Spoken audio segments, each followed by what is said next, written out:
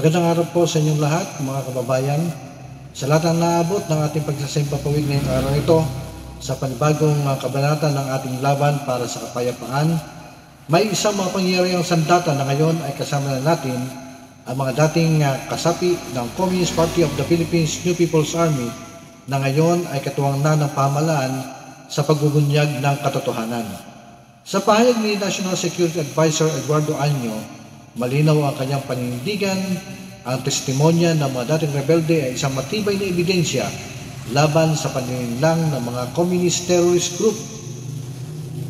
Hindi ito kwentong marites po. Ito ay kwento ng mga kabataang nalinlang, ginamit at ngayon ay bumangon para iligtas ang susunod na henerasyon. Ngayon po may formal ng organisasyon ang mga former rebels, mga halal na leader, sariling konstitusyon at malinaw na layunin, ang labanan ang maling ideolohiya at yakapin ang tunay na pagbabago.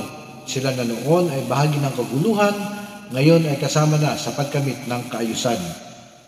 At katulad ng sinabi ni Secretary Año, dapat nga po talagang i-maximize ang partisipasyon ng mga rebelde, lalo na yung mga galing sa sektor ng kabataan. Kasi sino ba ang mas epektibong magbabala kundi yung mga minsan na naging biktima? Ang kanilang karanasan ay aral at paalala, hindi lang sa mga estudyante kundi sa lahat ng sektor, magsasaka, manggagawa, mangingisda, katutubo.